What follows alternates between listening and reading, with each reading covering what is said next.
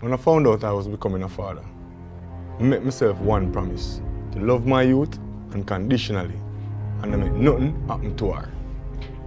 I try my best to live up to that. Child abuse in Jamaica is a big problem and the case them rise. It's time for everyone to speak up. We know right from wrong. What is right is reporting everything we hear or see. Report all form of child abuse. Just call 211.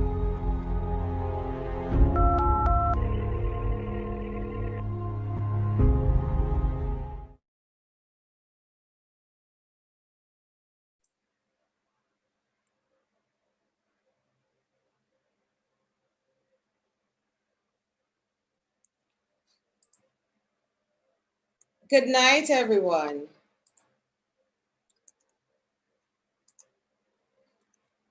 Or I should say good evening, everyone. On behalf of the European Union United Nations Spotlight Initiative, welcome to the Red Alert Roundtable, an urgent space for actionable solutions on a very serious and worrying topic: sexual violence, abuse, and violation of our very precious children. No act is more heinous than robbing an innocent child of his or her childhood, innocence, and future. I am your moderator, Empress Golding, and I have the honor of guiding these somber yet crucial proceedings as we join forces to rally accelerated action to save our children. This is indeed a red alert, the highest level in an emergency. And the Spotlight Initiative joins all well-thinking Jamaicans in drawing a line and sounding the alarm that we have met and exceeded the threshold for the highest level of alert on the spectrum. Our experts this evening will share more on the horrifying data, the trauma, and the impact.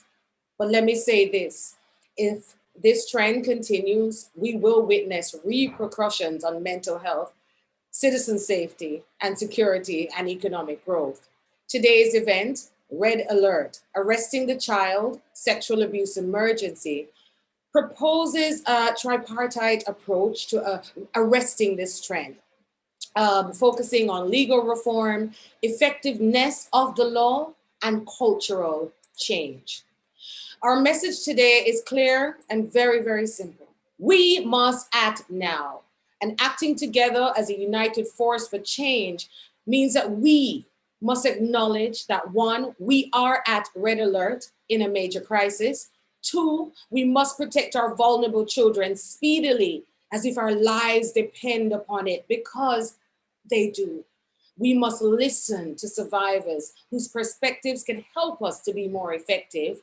Four, we must be responsible, especially our men. Responsible men must rise up now more than ever. We need you, men. We need you by becoming visible advocates and modeling the change that we need to see.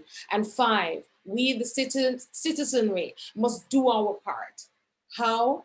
Make the toll-free number 211 known in every corner and digital space, and make a call if you see or suspect a child is being abused. To all of us here at the Red Alert Roundtable this evening on Zoom and social media, please share this live with your networks, right? Make your comments and ask your questions using the hashtags, hashtag we must act now and hashtag spotlight end violence.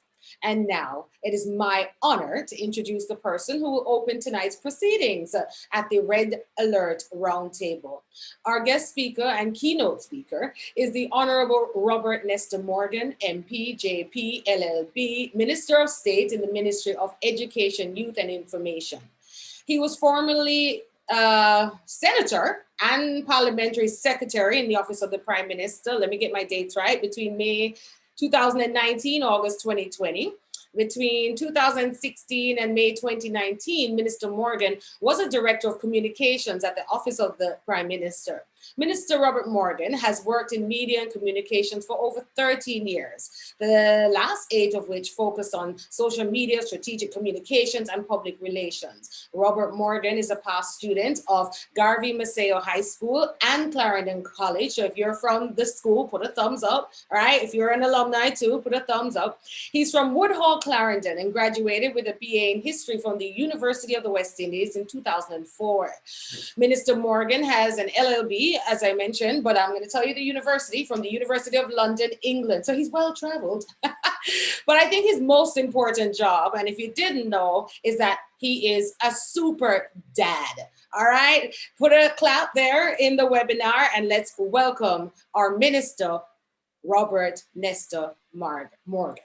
Come on, I can hear you clapping. I see the hand claps. Welcome, Minister. Good evening. Thank you very much, Empress, and thanks to all the persons who are on the panel and all the persons who have tuned in.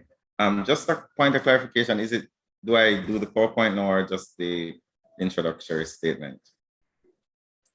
Gillian, you'd have to help me with that. That's completely up to you, Minister. Pardon? That's completely up to you. You may wish to start off with your remarks first and then a PowerPoint. It's completely up to you. We're here to facilitate you. Let me not speak at too much length. So first of all, I want to recognize Denise Antonio, UNDP representative, and also listening and watching us as we carry out this program. Other members of the United Nations country team and the European Union delegation, also other distinguished representatives of international development agencies, Professor Paula Morgan, University Director, Institute of Gender and Development Studies, Ms. Tanya Chambers of the Spotlight Initiative, I think she's the legal consultant, Executive Director of E for Life, Ms. George Crawford, Jason Downer, founder of Men of God Against Violence and Abuse, and our very own Mr. Warren Thompson, Deputy Registrar, Child Protection and Family Services Agency. Empress, I don't need to introduce you or recognize you. You're recognized every day. We hear you on radio. Attendees on Zoom and all of the relevant media platforms. I want to thank you for inviting me, first and foremost, to this virtual roundtable titled, very interestingly, Red Alert, Arresting the Child Sexual Abuse Emergency with Strengthened Laws, Intervention and Information. That's a lot. I'm pleased to have your audience today, not only in my capacity as State Minister in the Ministry of Education, Youth and Information with responsibility for youth and children, but also as a member of Parliament in a constituency that is home to 3 childcare facilities and as a father. Some of you may remember that earlier this month, I spoke in the House of Representatives and I titled my presentation, Hope for Children. I detailed several challenges that are faced with our children and also a point that I want to reiterate today, that child abuse, whether sexual abuse or otherwise, is one of the biggest threats to Jamaica today.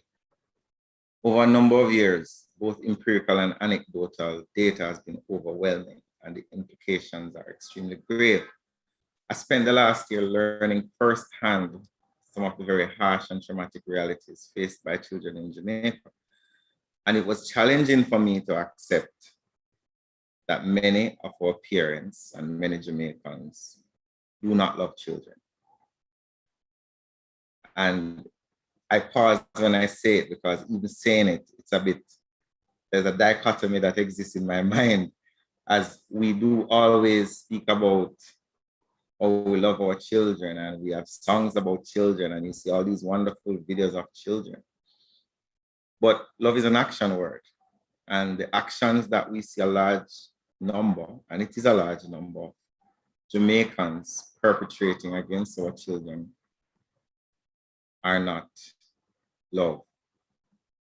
We know of what happened in Montego Bay with His Excellency, who is a convicted sex offender, who was allowed to interact very closely with children.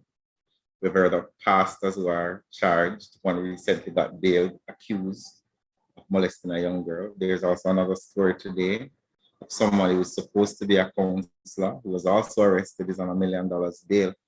And why these people have not been convicted, some of them, I think the fact that there's a charge speaks to a great threat that exists to our children. Despite all of these challenges, both within the government child ecosystem and nationally, I remain hopeful. For the last 2 years, the pandemic, while it has exacerbated the issues that children face, it has also spurred us to act. I mean, we could go to data that before 2020, there was an average of 1,200 reports of child abuse per month. Since 2021, there have been about 800 to 900, and that's nothing to celebrate, as the disconnection from the formal education system has resulted in many children not being able to report. However, I'm relieved that we're doing a lot of work to improve and increase opportunities for the positive outcomes of children. Most recently, you would have heard the announcement of the resumption of face-to-face classes for a total of 376 out of 759 primary schools, to bring approximately 45,000 students, that these schools account for some well-needed reprieve. I'm also very happy for the effort of the Child Care and Protection Agency and the ministry in launching the 211 helpline, which will eventually replace 888 Protect. It's the first of its kind hotline in Jamaica, and probably the Caribbean, that is dedicated to report child abuse 24 hours a day, 7 days a week, confidentially and anonymously. And it is geared towards encouraging self-reporting by children. We're also at reforms such as a new Child Care and Protection Act, amendments rather. We're going to repeal and replace the Adoption Act. We're going to repeal Section 24, which allows judges to lock up children in penal institutions without charge. And we're reforming how children's homes are governed. We're very strict on the licensing regime. We're also looking at family place of children below 3 years old, so no child under 3 ends up in a child care facility. We're trying to make recommendations for the provision of the creation of an offense of predatory sexual assault and its incorporation into relevant and existing legislation for increased protection of Jamaica's most vulnerable.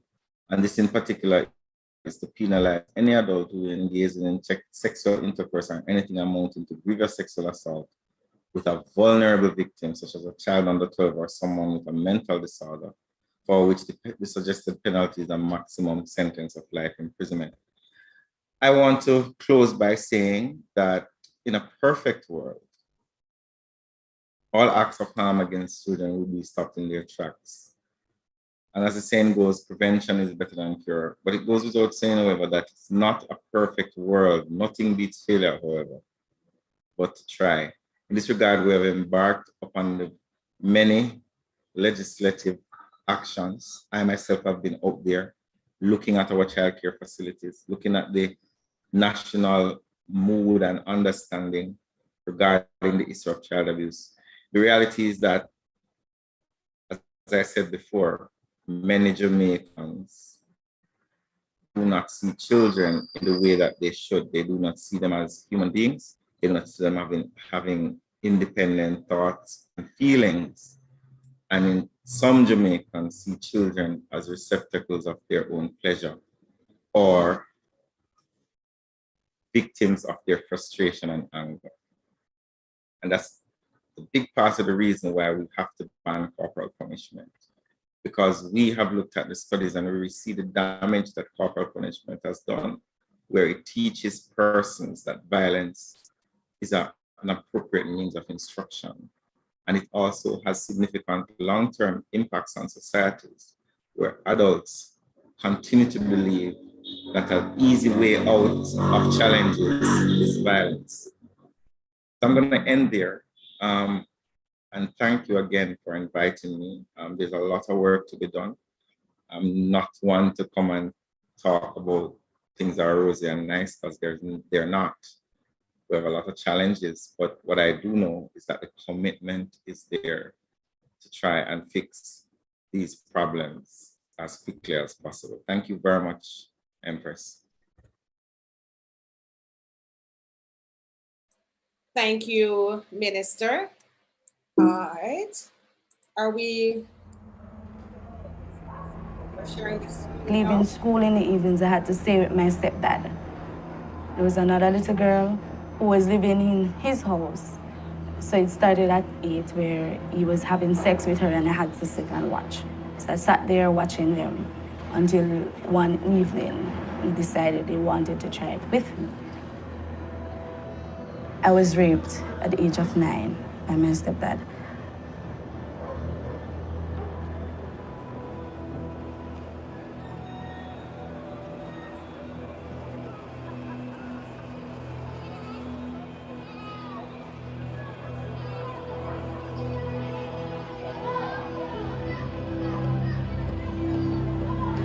I remember I would go into stores and steal stuff just to get caught so I could go to a safe place. The hardest thing I had to do was actually pretend like I was happy, and I wasn't.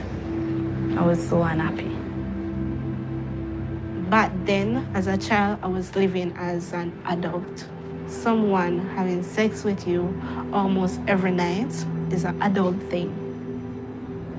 Yes, I was 6 when I first got abused.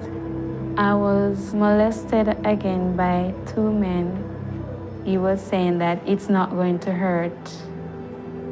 It's not going to hurt. I felt like I would be a victim for the rest of my life. Sexual abuse leaves a permanent scar. When I hear the word abuse, I just think about the bad things. Just think about the bad thing. It's like a family curse. It's like a cycle because myself, my grandmother, my mother, and my aunt, we all were raped as a child. Sharing my story, it actually helps other persons to open up, to feel free and to feel safe and not feel guilty about what happened in their past. With this, I decided to break the cycle. My daughter, she's my motivation. She's very friendly and kind. I talk to her about my abuse, and she understands that she can come to me about anything. So I've made that choice with my child to correct some of the mistakes that my mother made. Each and every day she motivates me to push forward, to try to end sexual abuse in Jamaica. I want to be an example. If a life has opened that door for me, They care for young adolescent teen moms infected or affected by an STI or HIV. When I could go to the monthly meeting and share things, I can say anything, the stuff that pile up for the month, I just let it out, let it right out. I have persons I can just call and talk to. They'll just listen and remind me that I'm a star. E4Life helped me a lot to build my confidence level. I can make a difference in my child's life. I can make a difference in Jamaica and the world. I've learned to cope with it. I've learned that it wasn't my fault. I didn't do anything wrong. Don't think that your life is over. You got to face the world. I want to move forward. Mentoring, it's a major part in my life to help them to move forward. I would say I'm a strong person. I know that I'm a strong person. You have persons that been abused, but they're not coming forward because what? Their fear. I was one of them. Speak up and speak out. Your voices will be heard. My uncle is still around. I just walk past him. I want to let him see that what he did to me wasn't the end of me. I want him to stand there and see the person he hurt. My anger days are over. I decided that I'm not going to let my past ruin my future. My hope for myself, my daughter, and the community is actually that girls can feel safe, play games, be happy, be free. With the help of Eve for Life, with the numerous trainings that I've gotten, and becoming a better parent, I will break the cycle. And I know I can break it.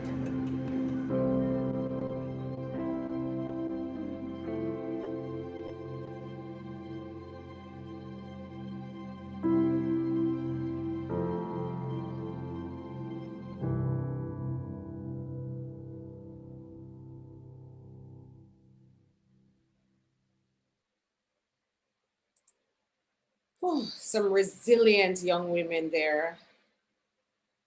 UNICEF, Eve for Life, thank you for producing that video. When will we break the cycle? When? As you just saw, stakeholders, the video tells the powerful stories of survivors of sexual abuse and how they are being empowered to transcend their childhood trauma to help others. We felt it was important for you to hear the stories as we outline impact and hope. Again, Minister, thank you so much for being here with us. You have a big responsibility, but the good thing is that we're all in this together to protect our children and to prevent this monster from continuing in our society. We must break the chains.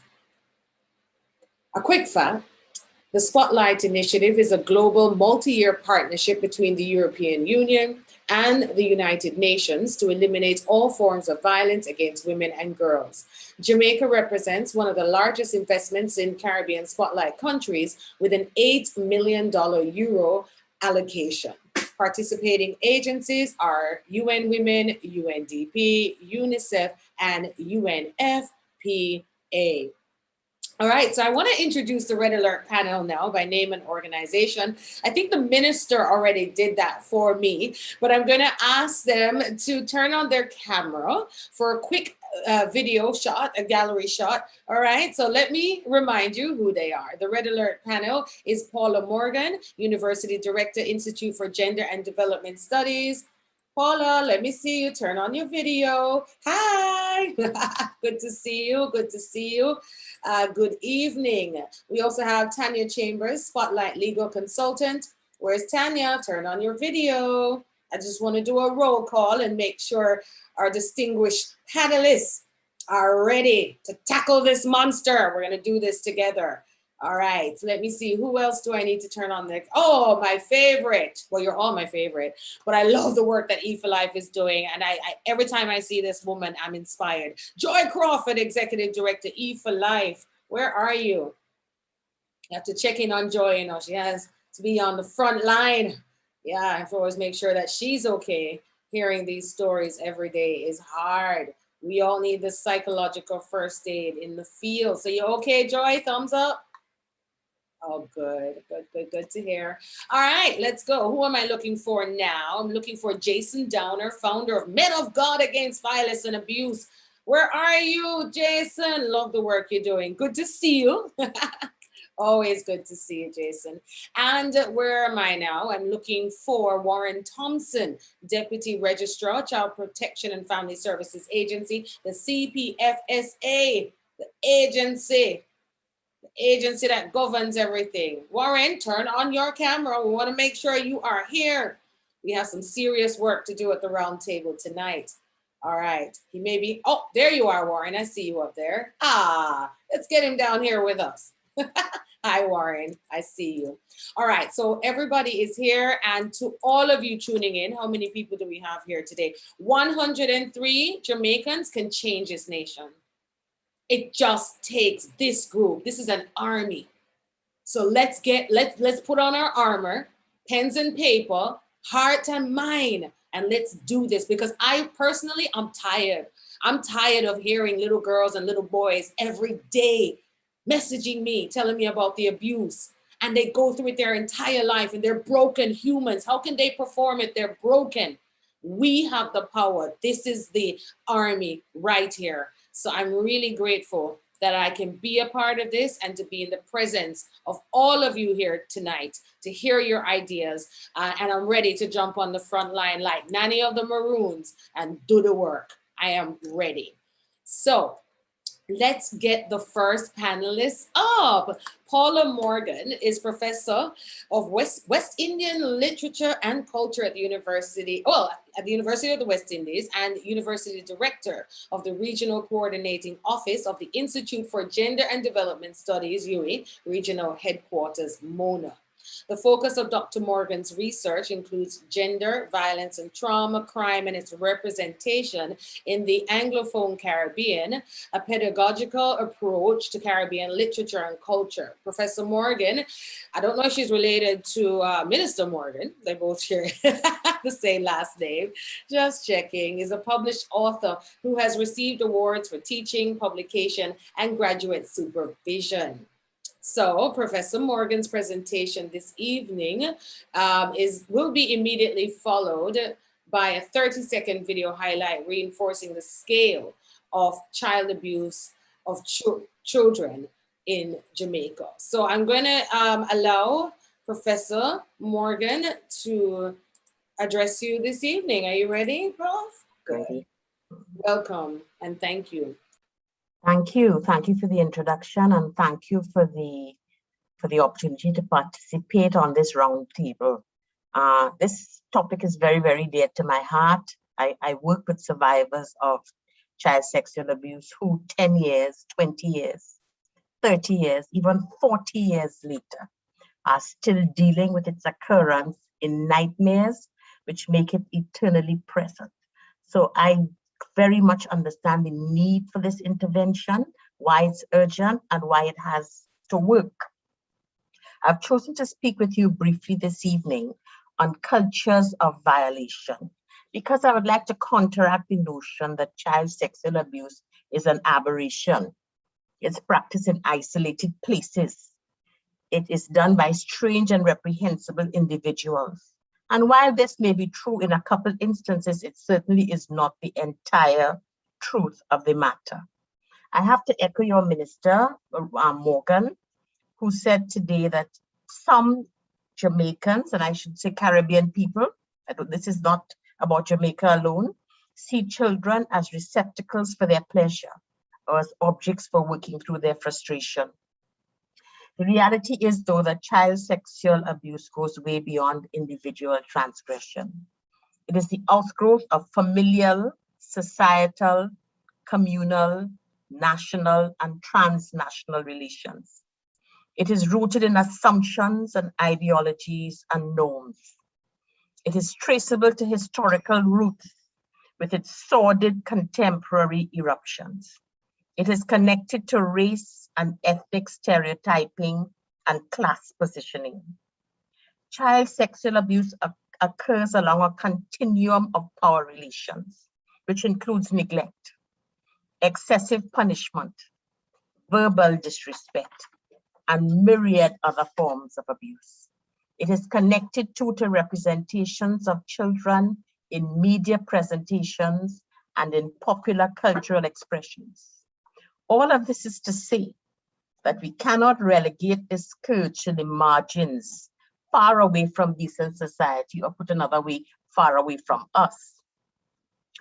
Although women and girls suffer disproportionately from the scourge of sexual violence, and men are more often than not the perpetrators of sexual violence, even the victim-perpetrator category is not watertight.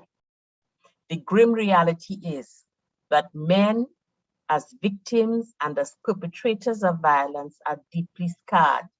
This is not a game. There are no winners. So why cultures of violation? Culture constitutes shared patterns of living which pervade societal interaction. It is a system of collectively held values. Culture is learned. It is transmitted from one generation to another. Our culture in the Caribbean is rooted in our history. Caribbean societies have emerged out of a crucible of violence and violation. Violence inflicted by the empowered against the disempowered. which re-emerges in a parallel violence of people against themselves and in relation to their offspring. It has generated wounded and scarred people burdened with grim family and national secrets and intrusive collective traumas and memories. Daily, we live with the legacy of our history's deliberate erection of racialized hierarchies, institutionalization of social inequities, devaluation of the human person, destruction of kinship ties and family connections in the interest of transforming human beings into commodities. A major facet of this included deploying children as productive and sexual laborers. There is, I believe, a connection between these beginnings and contemporary practices, like, for example, giving children away to more prosperous families in which they become unpaid, exploited domestic laborers. And in extreme circumstances, they are poorly fed, beaten, verbally abused, and used as sexual pawns by males of multiple generations within those families. Additionally, within impoverished families, poverty, low self-esteem, and frustration work themselves out in violence turned inwards. Men who seek to erase their tenuous grasp on manhood, their sense of being threatened and undermined in education, in the working world, in the public domain. They work it out by imposing themselves on vulnerable children within their grasp, and therefore they feel that they are powerful, they are masters. And in wealthy families, children can come to be seen as possessions and commodities rather than persons whose bodily boundaries are to be respected. Instead, they are prostituted because children are made to pay with their bodies for the love, provision, and attention that should be their right. Children ravaged in infancy often remain burdened for decades thereafter, ravaged by night terrors, sleeplessness, hyperarousal, safe word violation, robbed of the boldness to explore, and robbed too of any expectation of joy, fulfillment, and the capacity to enjoy sexual relationships even generations after. Children as subjects in formation have meager resources to rescue a shattered sense of self and a shattered worldview in the aftermath of the trauma of sexual abuse. So what then are some of our interventions? I believe that we must understand the complex layering of this problem, and we must acknowledge common responsibility to address it on all fronts simultaneously. We must also acknowledge and undermine the capacity of race and gender and class to work as triangulated markers which fix the value or the lack of value of the human person. We must recognize our complicity in turning a blind eye to the continuum and also to the occurrence of child sexual abuse. There are so many instances of tacit acceptance of sexual abuse in our community. We must recognize our responsibility to protect our children and to affirm their right to be heard and to be looked upon, even though the sight and the sound may not be pleasant. We must insist that the news media adjust the language and focus of its reporting to avoid victim blame and justification of perpetrators. And finally, for this brief engagement, we must deal with the stereotypes that are spread through popular cultural expression. And if perchance you are a creative, you must take up popular cultural expression to be a change agent and to join the fight against this terrible scourge. I thank you so much for your attention.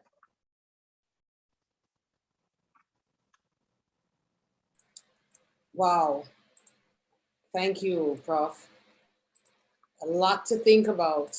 I know at the end, we're all going to come back and discuss some points and look at some action items from the different panelists. Thank you so much again, Professor Paula Morgan. I have my pen and paper out and I am making notes. Drop a comment here in the chat if you are live with us on Zoom. Let me know your thoughts. I see everybody in. Okay, great. All right, so now I would like to play a video looking at the problem of child abuse in Jamaica, some statistics. Between 2015 and 2020, there were 74,455 reports of child abuse in Jamaica. January to June 2021, 1,203 reports of sexual abuse, 1,465 reports of physical abuse, 2,528 reports of neglect. Report child abuse. Call 211.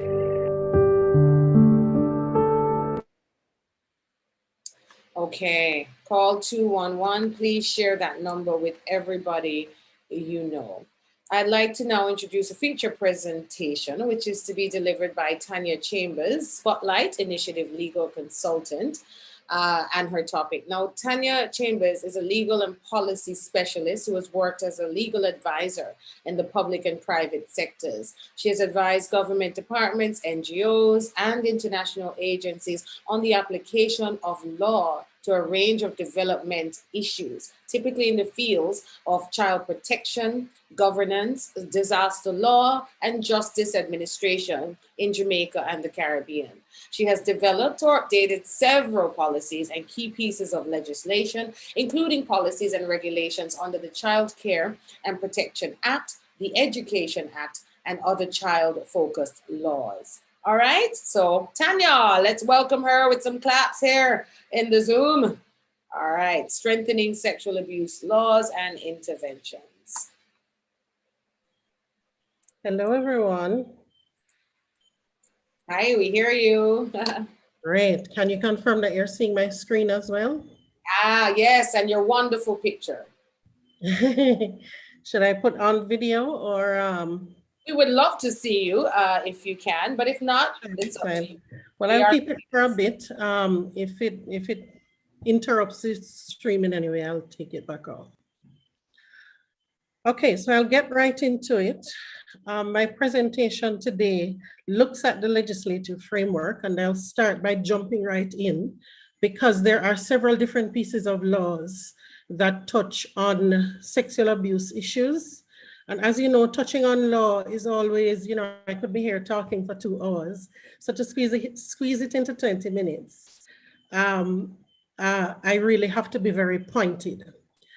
So let's start off with the Sexual Offences Act, which is where you find most of the prohibitions that one uses to punish sexual abuse offenses. And I start off with a bold statement that our legislative framework is relatively strong.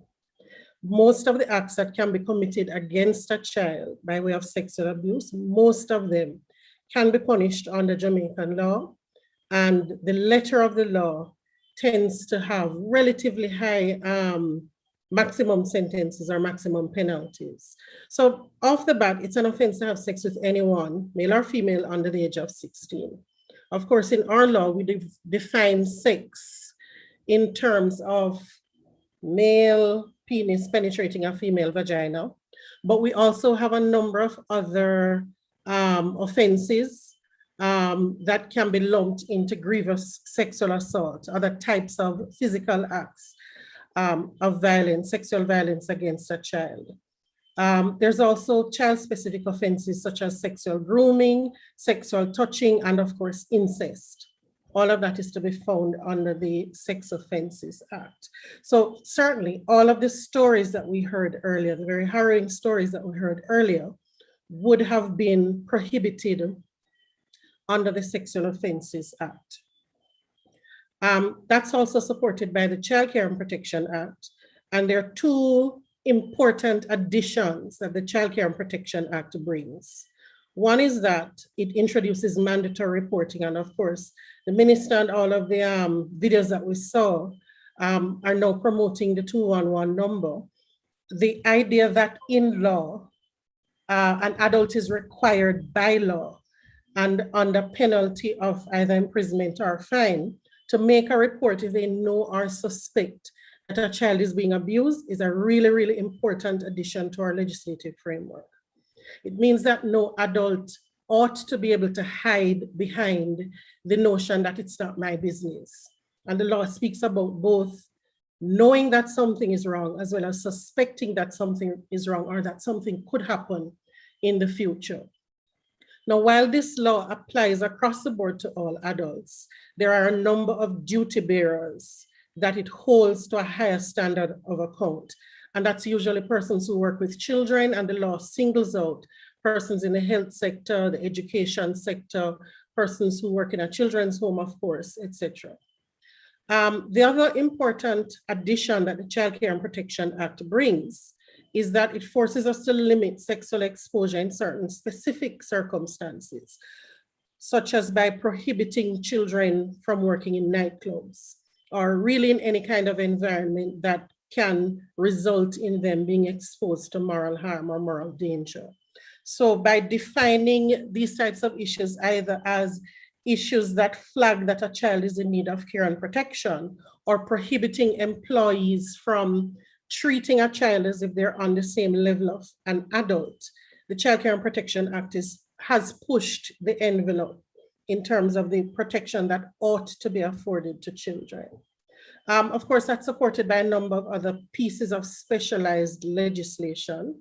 I'll pull out the Child Pornography Act, which touches on a range of issues, specifically all sorts of depictions that include children in sexual acts. It doesn't have to be an actual filming, it could even be a drawing or that kind of representation. It's all banned. Any depiction of children being sexually abused, children committing sexual acts, or using children in a pornographic production, or dressing an adult as a child in a pornographic production can all fall under this law's definition of child pornography. It prohibits production, it prohibits possession, so having it on your machines, etc. It prohibits sale, distribution, other types of commercial activity, as well as receiving, and as I said, just having it in your possession.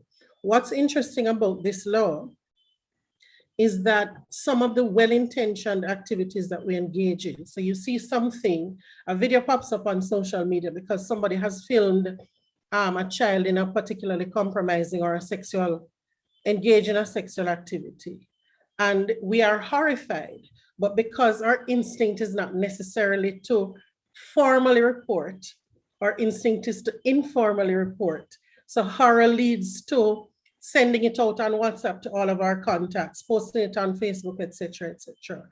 And we can unwittingly find ourselves breaching the very provisions of the child pornography law. And really, it points to the need to change our reflexive response to dialing 211 and sharing information in a way that it would be useful to really being helpful to children. There's also the Trafficking in Persons law that prohibits trafficking in children for the purposes of sexual exploitation and has been used to punish other types of exploitation by parents or guardians for profit. So for example, forced begging, these types of activities that leave children vulnerable to a wide range of abuse, all of that is prohibited under the Trafficking in Persons Act. So exploiting children in a way that results in some kind of profit or benefit. And usually you talk about either labor exploitation or sexual exploitation. I wanted to pull out one other piece of legislation here. And while the presentation talks about quite a bit of laws, I did want to get into some of the other issues that support legislative effectiveness. So I've been very abbreviated, let's say, in how I'm treating with the laws. But I did want to touch on the Domestic Violence Act. It's important that we remember that domestic violence is not just there to address issues between intimate partners, but the law as it stands and as it will be upgraded soon, does allow you to use the orders under the law to protect children within the home.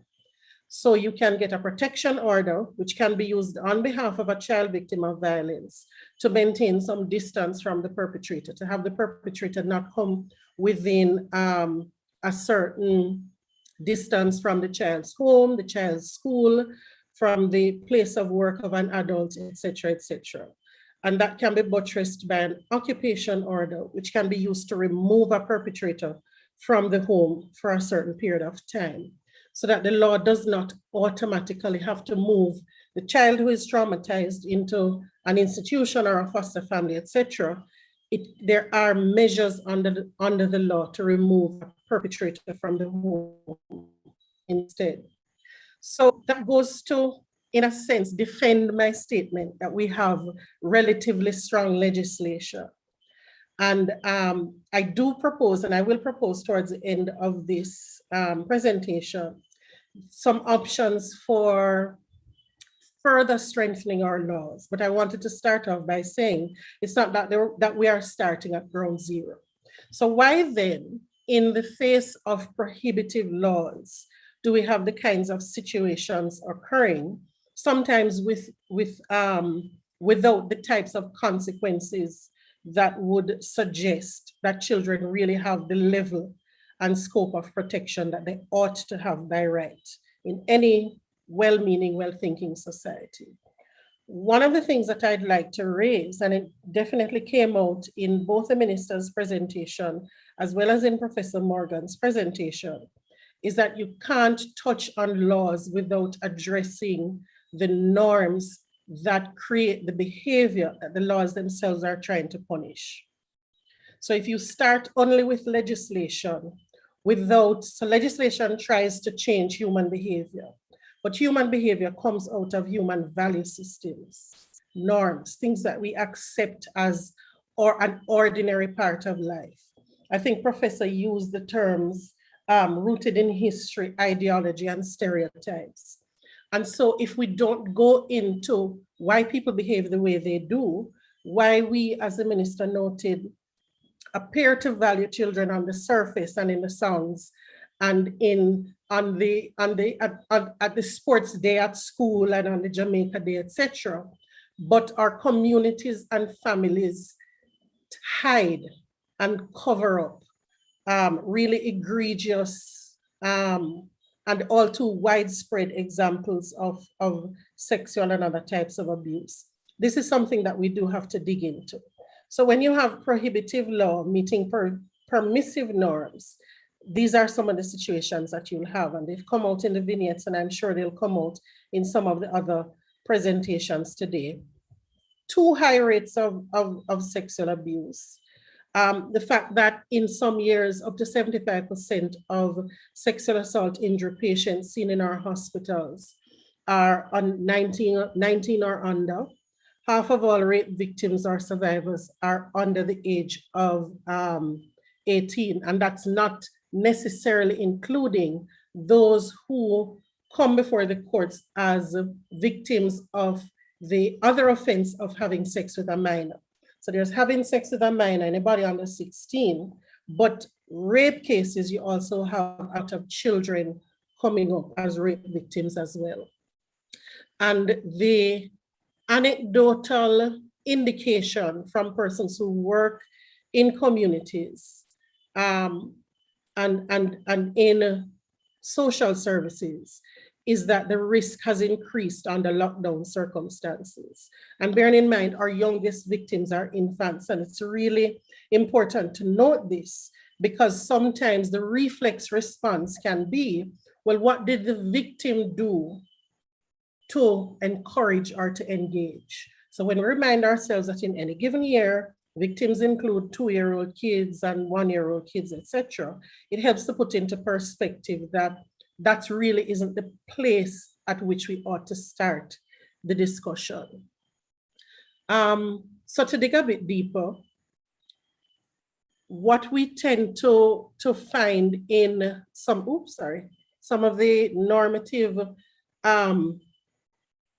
circumstances locally is that the narrative is placing children almost on an equal footing with predators. We engage in victim blaming. So we look at ways in which victims, particularly girls, as they move through puberty and start to get older, we look at ways in which they may have attracted or caused or triggered in some way certain activities where we ought to be saying, really, the predator, the particularly an adult predator, ought to be the one to own the blame. The other thing that happens from time to time in certain parts of our society is that we normalize child sexual abuse. So we have these things that I like to call mythologies. The notion that if a man in particular is providing some kind of financial benefit to a family or an individual, then that automatically means access to sexual relationships. And that is used to cover up all sorts of notions, including the notion that a 40, 50, 60-year-old man can have a girlfriend who is underage. And we use these terms not recognizing that really you're talking about a pedophile or a predator. So these are some of the ways in which we normalize child sexual abuse. There are other strange mythologies like the one that says having sex with a virgin will cure an STI. And those pop up from time to time. The family ram person who, it is acknowledged has sex with multiple persons in their family. And this is acknowledged and known in a community setting without necessarily automatically assuming that, oh, the authorities need to be called in on this because it's a crime just like murder or predial larceny, etc., etc. And the other way in which we normalize child sexual abuse is we hold boys and girls at a different standard. And any girl who starts to, whether physically or in her attitude, etc., mature in a way in which she's deemed to be forthright, appears to lose the cover of protection that the law really provides to every child. So we say we don't treat sexual initiation of boys in the same way all the time. And that affects how the law has developed over time in relation to the protection of boys. So I raise some, let's say, controversial statements, but they're really based on legislative loopholes and little conundrums that we have in the law. The first one, the uncontrollable girl and the big man benefactor. And I put that here to raise the issue that the cases that we have where young girls are having sexual relationships, very often with an older person, what we see when we look at the statistics is that it is far easier to bring the girl before the court as an uncontrollable child and have the law deal sometimes punitively with that girl. That's far easier to do than to catch the big man benefactor in action for many different reasons, including the fact that, as I noted before, social norms require the girl to preserve her virginity and doesn't necessarily put weight on the adults in the situation to be the adults and act in the way that adults ought to act towards children. So the law has made it a little bit easier to bring that girl before the court because she's bad, but it's not as easy to bring that big man boyfriend / benefactor before the court to face those actions. The other little legislative loophole that we have is that certainly within the last 10 years, we've heard members of the medical community, guidance counselors, etc., talk about the fact that it is harder for them to do their job because one of the ways in which we have tried to staunch sexual abuse of kids is to try to limit their access to sexual reproductive information and services. And so we've had situations where doctors complain that they're being told that they can't provide services to persons under 16 because it's the legal equivalent of giving somebody a bullet when they already have the gun. You know, so because of this fear of the sexual involvement of children, we shut down the services, whereas the services can be used as a gateway to help those children to get the kind of help and support that they need.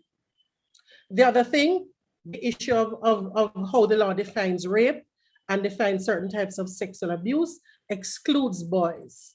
And a lot of what we are required to rely on for boys would be the offense of buggery. So this notion that boys are not victims of rape because we've defined rape along gender lines is something that can bleed into the level of protection given to them. And really underlying all of this is that we have commingled and conflated laws designed to protect children with laws designed to punish offenders. We're not seeing them as different things.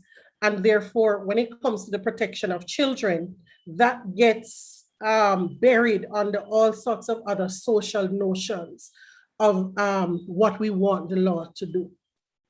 So in the interest of time, I think I have a minute or so left. I'd like to run through a few areas where we can strengthen the law, as well as the services that support the law. So in strengthening the law, as I mentioned before, we have a list of duty bearers who are required to make reports under the Child Care and Protection Act. Why stop with health, education, and childcare? Why not have coaches listed? Why not have church workers and church leaders, especially youth workers within churches and communities listed? It's a very important way of saying no space will be susceptible to hiding predators and pedophiles. Strengthening penalties, especially minimum sentences. We have very high maximum penalties, but we've seen in the past that it's possible for somebody to get a minimum sentence that really makes the issue look too small. Separating protection laws from punitive laws, removing the barriers to children getting access to information and services from professionals in particular who are required to have their best interest at heart. Revisiting how we track high-risk sex offenders is something that has come up recently. In terms of interventions, therapeutic treatment of child victims and child perpetrators is something that is needed to break the cycles of violence. Our interventions have got to focus on rehabilitation on both ends of the spectrum, because as we see, the issues are often generational. Early detection is very important, as is ensuring that all social workers, whether they're in schools or communities, have caseloads that are realistic. So we need more frontline persons. In terms of police, justice sector, and health sector, we need to ensure that their training is trauma-informed and that they're sensitive to the rights of children.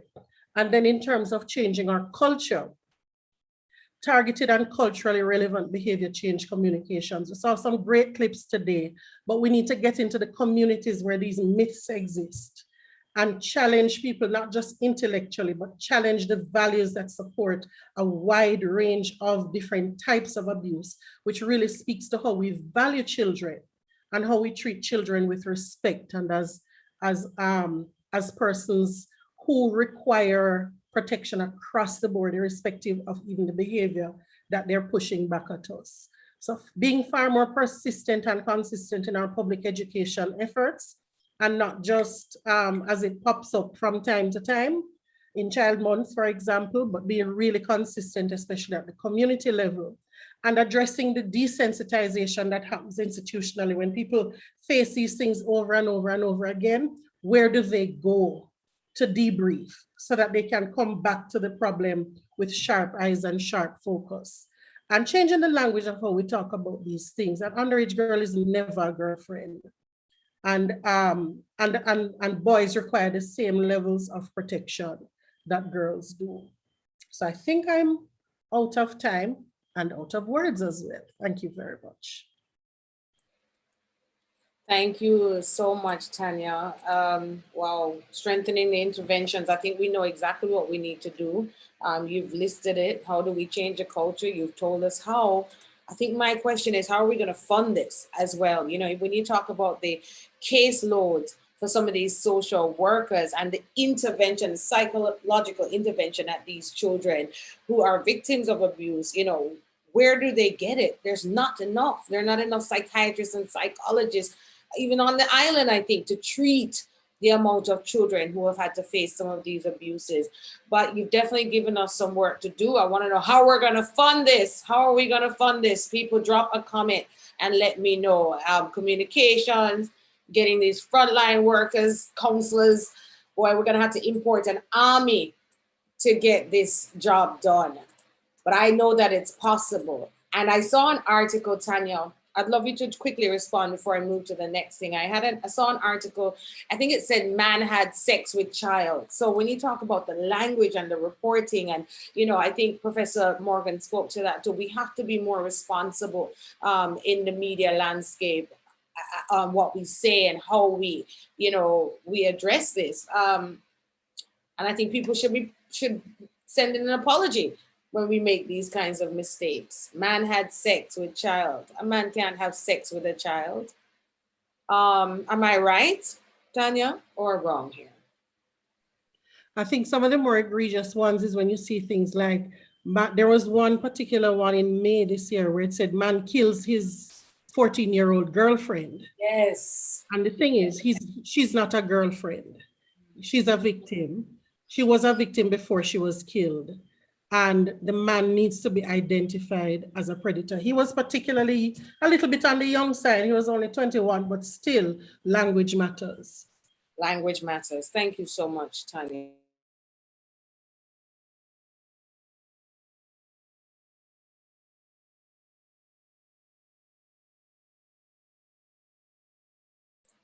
Apologies, team. We're going to watch this video now. Duty bearers must report. Children need your protection now more than ever. You're often the first to know, the first to see. In these challenging times, there is an epidemic of violent crime against women and children. They need you more than ever to act quickly, efficiently, with understanding and special care. We know you would do what's right, 'cause we all have a We are counting on you. So please, do your best. For the children.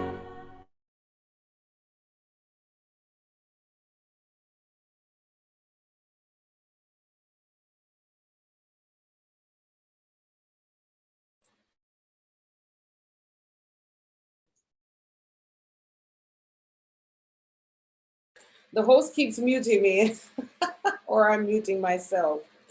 Warren, I see your face coming up. I don't know, is it your time? Not yet. It's now time to hear from Joy Crawford from Eve for Life, a Jamaican national and co-founder, executive director at the non-government organization Eve for Life, a registered general nurse by training, and her experience spans more than 30 years in areas such as gender-based violence, adolescent sexual health, project management, HIV program development and implementation, and so much more. So Joy, I'm gonna ask you, please, she's a counselor, she trains, she coaches, she facilitates. Ladies and gentlemen, we will now hear from the executive director of Eve for Life, Joy Crawford. Thank you so much, Empress. You're hearing me? Loud and clear, my lady. So I'll say greetings and salutations to everyone here with me as my colleagues and those who are listening.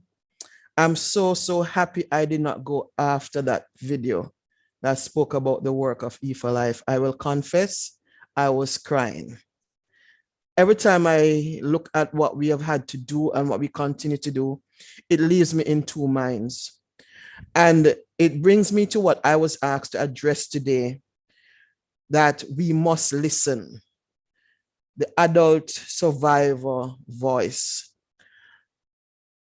Today, I greet you as a survivor myself of childhood sexual violence. I was not aware of this consciously until I was 40 years of age. When I first spoke about it, I had support. Unlike the hundreds of girls that as an organization we work with on a daily basis. Our experience with survivors is that pretty much over 100%, all of them would have had that first sexual violation, that first rape, that first act of incest before they were 15 years of age. And I think Professor mentioned that. We saw it in the data. Over 90% of these young women that we experience are young mothers having their first baby before they are 17. Too many of them get pregnant as a result of the act of rape. Too many of them are infected with HIV as a result of childhood rape. So we need to listen. And what is it that we need to hear? I had the opportunity just before, when I was preparing earlier, to talk with two survivors of childhood sexual violence. Two of them, both of them actually was incest. One age 9, one about age 12. And the question I asked was, what was it like the first time you told someone about what was happening to you? And of course, interestingly, both of them said it was a disappointing experience. I really was listening for a more stronger word, but both said disappointing. So why was it disappointing? One had told her mother, the other one told her grandmother. And the disappointment was the word that they could use because they were kids. That's all they knew. Now, as adults, they would find a lot greater, stronger adjectives. But both of them felt like I turned to the person who was supposed to protect me. It was the person I thought would have listened. It was the person that one young woman said to me, if she birthed me, I couldn't believe she would not have believed me. That disappointment and that non-listening happens first in our homes. It's happening in our families. In some instances, it's happening with our guidance counselors, who again are supposed to be reporting. One young woman said to me, I wish I had not said anything. My silence would have been much easier to bear. We must listen. And I'm emphasizing this because with all the other interventions that we must do with our laws and our policies and our culture, the survivor is at the center. And when the survivors are not heard, then even some of the work that we want to do, we want to bring perpetrators to justice. We want to have a certain level of advocacy. We won't get it when the survivors are silenced. Either silenced by persons who shut them down by saying you can't tell anybody about this, or I'm going to kill you, or you can't tell anybody about this because you're going to shame our family, or you can't tell anybody about this because you're a liar and children tell lies. If they do not have a chance to speak and be heard, then we have serious and more long-lasting challenges if we are going to address the scourge of childhood sexual violence. The issue of reporting and being heard is paramount. There are other things that are happening when we are not listening. When we don't listen, when we don't create the space for them to be heard, we are not planning our activities properly. We are assuming that we know what survivors want. We're assuming that we know their language. We're assuming what justice looks like for a survivor. And it looks so much different for everyone. If we are listening, we will not set up committees and task force and intervention without having survivors present. We need to listen. We must listen to them. So what is it that they have asked me to do? They've asked for about 4 or 5 things. Survivors are saying, when we are pregnant by our predator and our perpetrator, our laws do not give us any option. Everybody said, oh yes, you shouldn't have an abortion. You need to carry the baby. It is what is. And survivors are saying, how do I tell my child that their father is their grandfather? How do I grow my child and love this child the way that is required? Yeah, you know, our Jamaican girls are resilient. A lot of them say, okay, pregnancy is here, let me go ahead, let me get this done. But the pain and the resentment, the abuse that some children receive from their mothers are ingrained in this.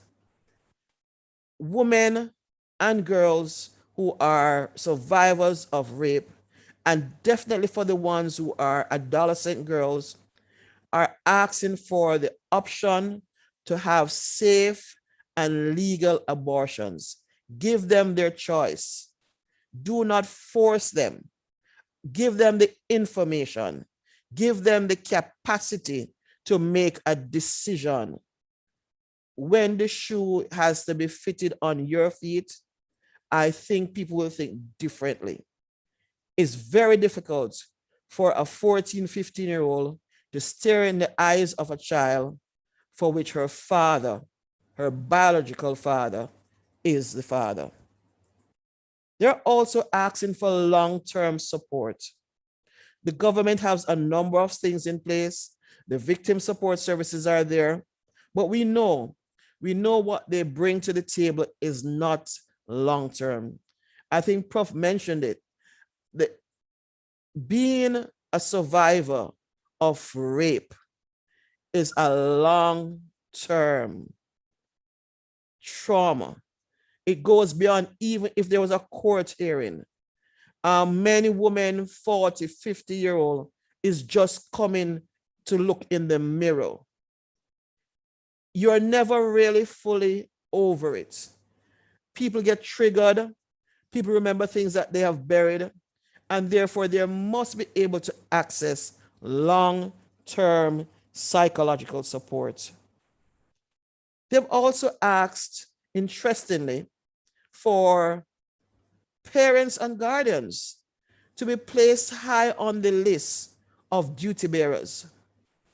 Too many of our girls are asking, can I bring charges against my mother? I told her and she did nothing. We have to answer them. We have a culture where we are not listening. I know very recently, I think last year, we had some cases where mothers were charged for trying to bribe, get their children to change their statement. Yes, we want more of that. More Jamaican families need to know that when the girls speak, when our boys speak, and you do not listen, you will face the law. We have to put that in our ads. The duty bearers are those first responders who are household family members. And finally, one of the things that they've asked for is for their vulnerability to be seen as is. A 30-year-old woman who experienced rape is not the same as a 12 and 13-year-old. We need to understand that the child lacks capacity. The child's vulnerability is so much higher. The adolescent girl, her vulnerability is so much higher. We are too often not planning our interventions, our responses, our protection for young people and for children. They need special policies. They can't be held to the same level of generalization that we do.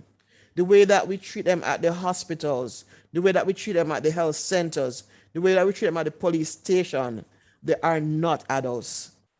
And just not being able to see the innocence and who the children are in our society, who are at the heart of this disease, that we are now saying that we are red alert on. We must recognize that children need. When I heard Minister Morgan says there are Jamaicans, unfortunately, that really do not love children, it is like an oxymoron. It is so true. I hold that this event in particular will reassure the survivors who want to be heard. The fact that I was asked to be here is a great, great thing for survivors, because we want not to become an extinct breed. We do not want the Jamaican girl to continue to be prey to predators. So we want to thank everyone so much for a commitment to keep the survivor at the center of all interventions. Nothing for us without us. We are the survivors. We want more survivors to be able to survive, and not just to survive, but to become overcomers. Thank you so very much. Thank you so much, Joy, for bringing their voices here today. I'm sure some of them are also here. We want to acknowledge them today, but we need, I believe from this, we really need to quickly review the abortion law and look at it for these girls. I'm overwhelmed today. Panelists, I'm overwhelmed with everything that I'm hearing. It is too much, but I know that this 100 strong army is going to address each and every point made here today. All right, Jason is up next. Jason is the president of Men of God Against Violence and Abuse and host of the radio program Raising Boys and the Journey to Manhood. He is a passionate social advocate and male youth development specialist. He's an ordained minister of the gospel, dorm manager at JC, Jamaica College, and author of the book, Fathering Behind Bars. He's married for about 16 years. They have 3 beautiful children. So we want to welcome him now, because the male voice is needed. Responsible men must stand up, bringing men to the table to advocate for protection of children from abuse. So Jason, we are here, we are making notes, taking notes, and already. Yes, thank you, Empress, Minister, everyone here. Are you hearing and are you seeing me clearly, Empress? Loud and clear, sir. Great. No, every time I see videos like the one shown earlier with Eve Alive, sometimes I feel embarrassed as a man, as a father, sometimes as a minister, as an uncle, just as a male, for what we have been doing. My gender, my species, what it is that we have been doing, the damage that we have been causing. And I get teary-eyed, because I have a lot of women in my life, a lot of girls, and it's just hard to take, but it's like we have to catch ourselves and go again and try to mobilize and to let our voice be heard as men. I won't be long, because a lot of information has been shared. I just want to big up Joy Crawford. She has been doing this for a while, and for all the other entities here. Mogava is an advocacy-based organization that exists to mobilize men to play their rightful roles in society, family and society, and to advocate against violence and abuse in any form and against anyone. Yes, there are men who not only recognize that we have a God-given responsibility to protect the most vulnerable in our society, our children, but to speak out, call out, protect, and defend our children from sexual or any other form of abuse. Yes, I said it, defend. I believe that as men, we have a responsibility to defend the vulnerable. We have seen where women and other groups and agencies have been leading the charge. And we believe that we must, and I say we here as men, must equally or even more vociferously challenge our fellow Jamaicans, and more so Jamaican men who are primarily the offenders, to leave our children alone. We believe that if you have been found guilty of this cruel act, you must face the full blunt of the law. There's no two-way about that. There's no compromise. We're not going to if, we're not going to but, we're not going to maybe about it. If you find that you have a particular inclination towards children, seek help. You know, we have heard of the Refocus Perpetrator Program. That's something we hear coming out of the Bureau of Gender Affairs. It will be in the Ministry of National Security. And it is important that while we focus on the victims, as you know, advocated, expressed very clearly by Joy just now, that in order to not have a victim be, we have to find a way to reach these perpetrators, and not just reach them. So while they are serving time, or even upon release after serving time, we have to find a way to treat them, and I use the word treat because it must be an illness. And I hear the minister, the state minister, Minister of National Security, Minister Samuda, speaking about the whole thing of mental health and how it is that we need the necessary persons in the judicial system so that whenever somebody serves time, is punished, that we have the right persons, trained persons, to get in the psyche of these individuals, to mitigate against what it is that we're having. So we need to do that. So if you find yourself, you're listening or you know somebody, you find yourself have that inclination, be it physical, but more so right now, sexually, whether it be you are a pedophile or you're just a plain pervert, you need to get help. We need to normalize when you realize you have a problem. As a man, you need to get help, and help is out there. And finally, if you are listening and you are aware of situations where children are being abused, do not turn a blind eye, my friends, my brothers, because you are just as guilty. And I'm happy, as pointed out by the expert, the legal mind, that if we turn a blind eye and it is found out, that we too need to answer to the courts. My fellow brothers, let us become advocates against sexual abuse against our children, starting in our own spaces, in our homes, in our churches. We have heard the minister mention it a bit, someone within the Ministry of National Security, not National Security, Justice, whichever one it is, as relates to the Victim Support Unit, a social worker, a male, and I hear that he's a pastor as well. He, in return, who should be offering help, act as a support for refuge, you in turn took advantage of the vulnerable. As a minister, I take those things very seriously. And so in our own spaces, home, church, work, schools, Joy mentioned too, where guidance counselors refuse to say much, coaches who at times step across the line, and our chill spots as men, when it is that we're at the sports bar, when it is that we're at the garage, whether it is one knock some domino and we hear certain unhealthy pronouncement that we think is manly. Call it out. Deal with it.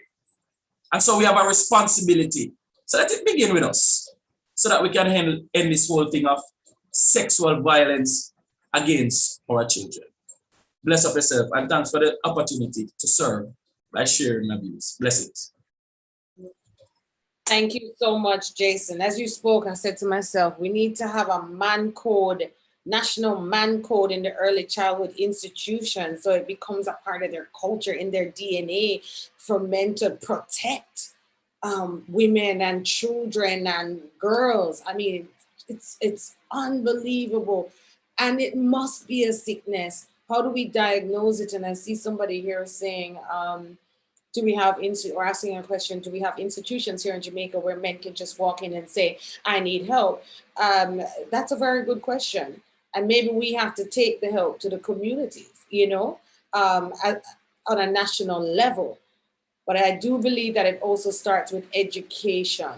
I see a survivor has sent a note to Joy, and I'm going to ask Joy to just share the note from the survivor or the request. Joy, real quick, could you just come back? Because it really is about the survivors. Thank you so much, Empress. I appreciate it. Another ask for survivors, you know, what they want to be listened around is the issue of the sex offender registry.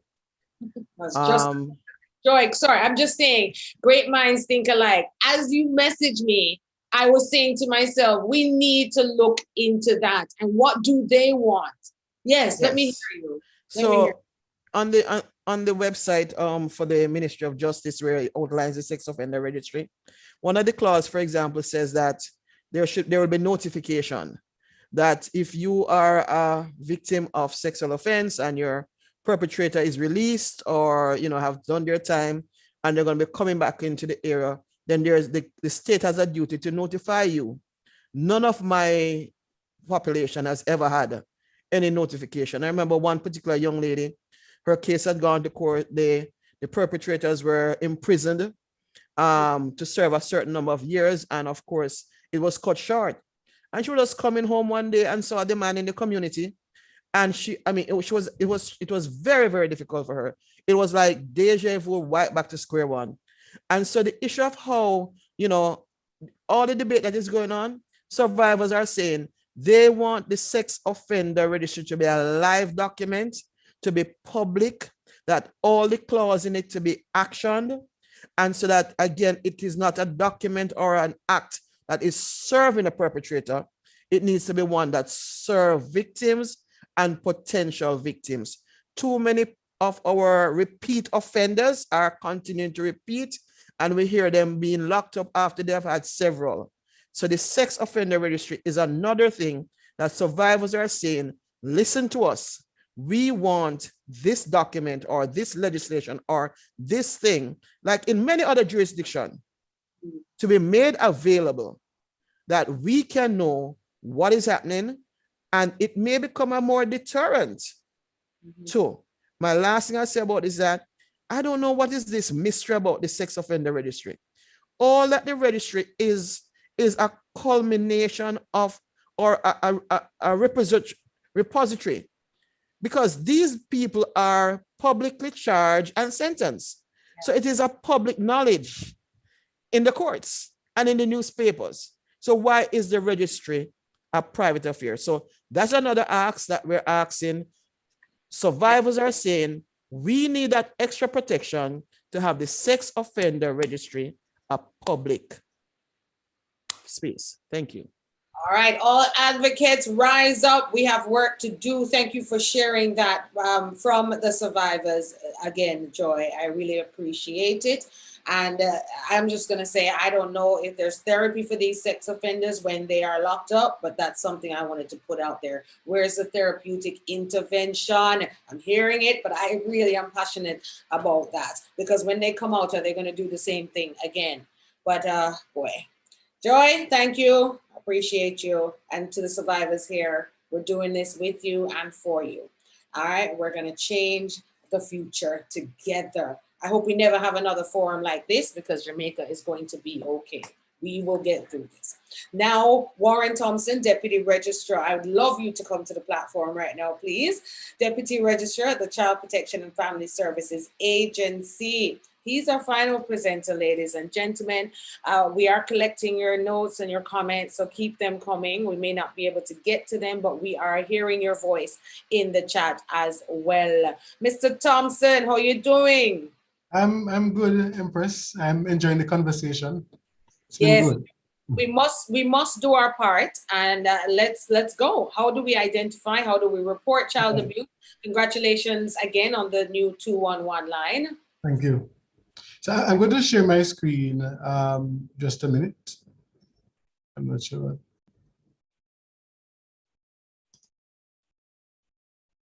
Hello? We can hear you. Oh, you're hearing me? I'm not sure. I'm seeing it frozen. All right, so I'll continue. So all of us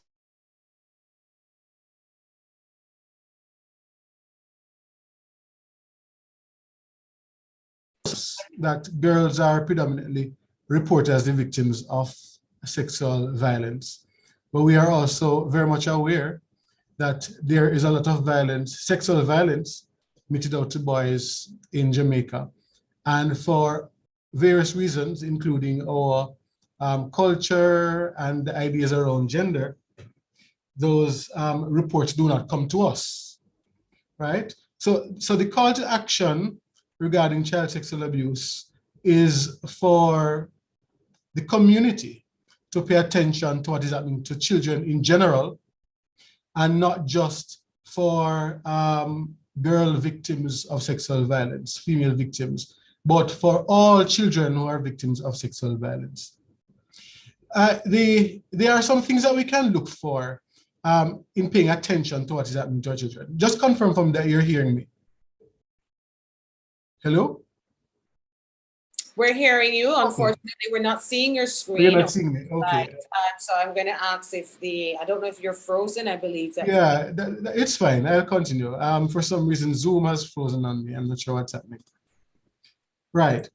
In paying attention to children, there are some things that we can look for. Children who have are demonstrating signs of regression, so they've returned to bedwetting or thumb sucking. Children who express,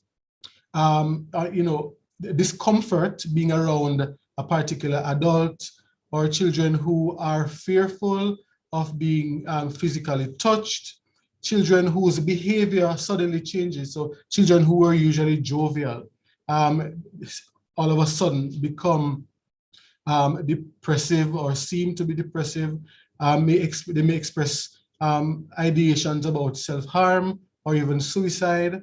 So there's a lot of that that happens. And many of you who work with young people will know that there are many young people that we see who go through various types of trauma and turn to self-harming, whether it's cutting or burning or something else, as a means of dealing with the trauma that they have experienced.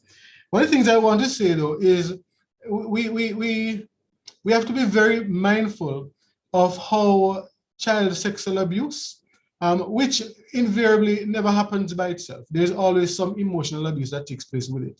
The kind of impact that it can have on a child's development or the neurobiological development. So there are some things that happen in the brain when children go through sexual trauma. First of all, we know that the synaptic connections are not made, and therefore sometimes we see children in school demonstrating either learning difficulty or perhaps a disability, and the antecedent for that was an exposure to sexual violence or other types of child abuse. In paying attention to children, I think we also need to pay attention to the perpetrators. There are some predatory behaviors that we can pay attention to. So we're talking about adults who love to strike up friendly relationships, let's call it that, with children, inappropriate relationships, who love to give children gifts without reason or occasion, or who would like to touch children when the touch is not invited, or the child says no, or the child expresses discomfort, or the parent expresses discomfort, adults who insist on touching children. So I think all of us also need to be very proactive in responding to the issue. We've heard from the previous speakers that it is a cultural issue. It is something that we need to address in a very comprehensive way. We are looking at cultural change, which is something we know is not easy to do, but it's something that is not impossible. It can happen, even if it takes time. So in order to do this, though, we need all partners to play their role. And when I say all partners, I mean every single person. The Child Care and Protection Act says that all Jamaicans are to report child abuse where they know it is happening, where they know it has happened, or they suspect that it has happened, or they think that it is likely to happen. It means that you don't have to be sure that something that you suspect is happening. All you have to do is have reasonable suspicion, right? You don't have to be sure. So when we talk about everybody playing their part, we mean everybody needs to be attentive to what is happening to the children in their community. When Floyd Green was the Minister of State in the ministry, he had a campaign called Our Children, JA. You remember that one, Empress. And he said that they are all our children. And I think we need to go back there, the time when everybody was concerned about all the children in their space. So what we need are caring citizens, the ones who will say that they are all our children. We need accommodating citizens and institutions. So, children need safe spaces. They need to know who are those persons that they can run to whenever they feel unsafe or they feel that they're in need of care or protection. So institutions need to put systems or structures in place. I know, based on what is happening in the current environment, and I know a number of churches are putting in child safeguarding policies and mechanisms in place. I'm aware of that. Schools are supposed to have systems. The Child Care and Protection Act says that, to look out for what is happening to children and to make the reports and submit them to the Children's Registry where they know that the children are in need of care and protection. We also need consistent training in every quarter at the community level, community organizations, in religious institutions, everywhere. Consistent training on child rights and the responsibilities of adults to protect those rights and to take care of children. And of course, we also need to strengthen professional regulatory frameworks. As Jason mentioned just now, the social worker who sexually assaulted or abused a child and was charged, there is nothing in Jamaica to say that he will be struck, for argument's sake, from the role of social workers registered or licensed to practice in Jamaica. So we need to look at what are the professions, the duty bearers, to ensure that there is a regulatory mechanism for them. So there's not just the criminal penalty, but there's also some professional implications. And in fact, Section 6 of the Child Care and Protection Act makes provisions for that a person is charged, even for failure to report, can be struck off the role of persons entitled to practice in a particular profession by the appropriate regulatory entity. And finally, I will say we need responsive citizens. We want all Jamaicans to be the one. And how can you be the one? Simply by calling 211. I'll hand over to you, Empress. Thank you so much, Warren. 211 is the number. And I'm asking each and every person here to find 10 people, right? That's our job tomorrow morning, to tell 10 people the number, all right? 211, and it's a 24-hour helpline, reporting line for anybody to call if they know of a child who is being abused. That's right. So can everybody commit with me tonight to start there tomorrow? Tell 10 people about the number 211. And I don't know when we're going to follow up from this meeting. I must ask the executives the UN team here, Spotlight team. When are we going to follow up with our action plan? Jillian, I know everybody's at the UNDP office now telling me to hurry up because they have to beat the curfew. So, and some of you have been asking, where can you see this video? Some of you joined us late. So it will be available on YouTube, Facebook, and Twitter on UNDP's pages and JIS. So don't worry about that. You can go back, make notes, and share the video with your colleagues and your family. So I'm going to run a quick video. I'm trying to keep within the time frame. We're 20 minutes over. So I want to play this video from Minister Morgan right now, really quickly. Can the team run that for me, please? 211 is a confidential line dedicated to reporting child abuse. It's easy to remember and accessible 24 hours across all networks. Report all forms of child abuse. Our children are depending on us to protect them.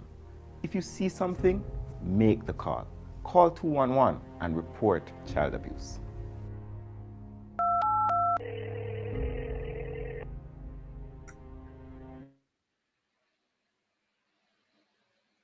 Thank you so much, Minister. I think he's still here with us. Thank you for being here with us. To all the presenters, I want to thank you. This conversation will continue. We have a lot of work to do. I know I have a lot of work to do as a media practitioner. You know, media shapes minds, and when you talk about changing culture, the media is a very critical area and institution to do the work. So I commit today to keep doing what I can. You know, and as a mom of two, I'm very concerned for my own children. And one thing I can say and add to this is that we have to talk to our children about appropriate and inappropriate behavior so they can identify it when they see it. Because sometimes some children just don't know that it's inappropriate. Nobody's telling them. So we have to really look at the education from the early childhood institutions. And that's my 2 cents here because I have to go. Again, thank you, attendees, stakeholders. I can't take any questions tonight, or can I take one question? Anybody want to ask a question? Quickly unmute. No? I'm going to give one participant a chance to say one or ask one question. So I don't want to leave you out. All right, nobody? All right, panelists, again, oh, you can't unmute. I'm so sorry, Latoya. I forgot. Panelists, are you good to go? Anybody have a final word from the panelists? And I'm reading the comments here. Teresa Gaynor says, I learned so much tonight. Thank you. And I'm asking each participant, what is your action item tomorrow? The first thing is to share the 211 line, and then I need everybody here to create an action list, right? To address some of the issues that we heard today and to act on some of the suggestions and recommendations from our panelists, our experts in the field. Anybody else share the two? All right, good, Latoya, I see that. Again, thank you. Thank you, Minister Morgan, panelists, attendees on Zoom, and everybody listening on social media.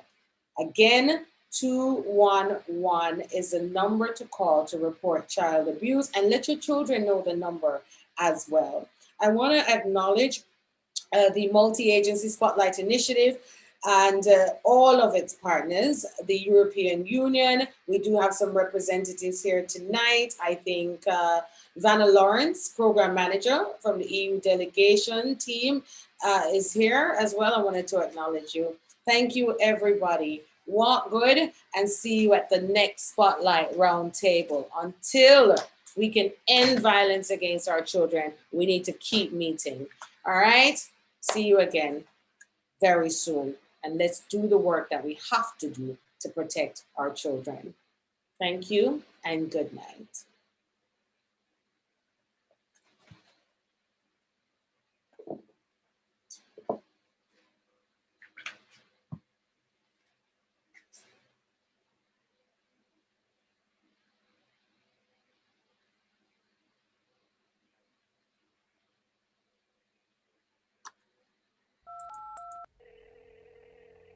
211 is a simple toll-free number. It's easy to remember, and it is free to all callers, whether you're calling from digital on a 24-hour basis. So there's no excuse for not reporting child abuse. No problem, more than happy to assist you. When a report is made to 211, our officers are well trained to ask some key questions to determine exactly what is happening to the child. When a report is recorded, it is marked with a case identification number, and the officer does an assessment to determine what is happening to the child, 2, the level of urgency, and 3, what entity is best suited to investigate the matter. Our investigating partners include our own internal investigations unit at the CPFSA, the Office of the Children's Advocate, and a number of units within the Jamaica Constabulary Force. At the CPFSA, the cases are assigned to our investigators within 24 hours. They will then go out into the field to do an assessment to verify whether the allegations in the report are true and what actions are needed to respond to the child who is in need of care and protection. It is confidential. You can be guaranteed that every call that comes into 211 is treated as secret and confidential.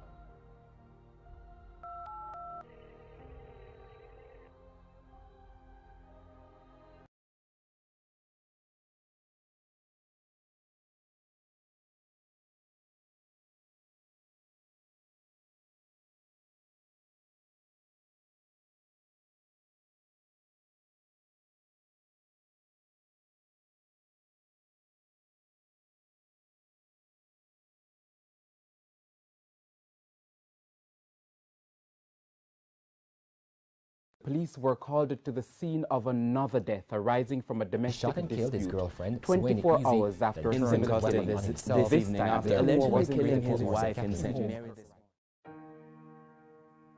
The Spotlight Initiative is a global multi-year partnership between the European Union and the United Nations to eliminate all forms of violence against women and girls by 2030. With a commitment of €500 million from the EU, Spotlight represents an unprecedented global effort and the largest of its kind to invest in gender equality and women's empowerment. Spotlight engages men and boys as equal agents of change. Engaging men and boys is a key piece of our efforts. The objectives of Spotlight in Jamaica are to contribute to the reduction of family violence against women and girls, and to improve access for women and girls to essential, safe, adequate, integrated gender-responsive services.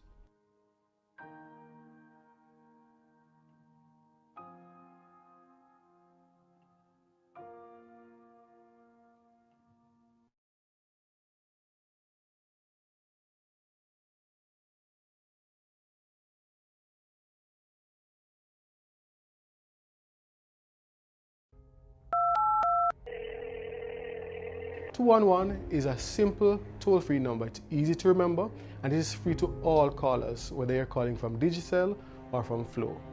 It is operated on a 24-hour basis, so there's no excuse for not reporting child abuse. No problem, more than happy to assist you. When a report is made to 211, our officers are well trained to ask some key questions to determine exactly what is happening to the child. When a report is recorded, it is marked with a case identification number, and the officer does an assessment to determine what is happening to the child, 2, the level of urgency, and 3, what entity is best suited to investigate the matter.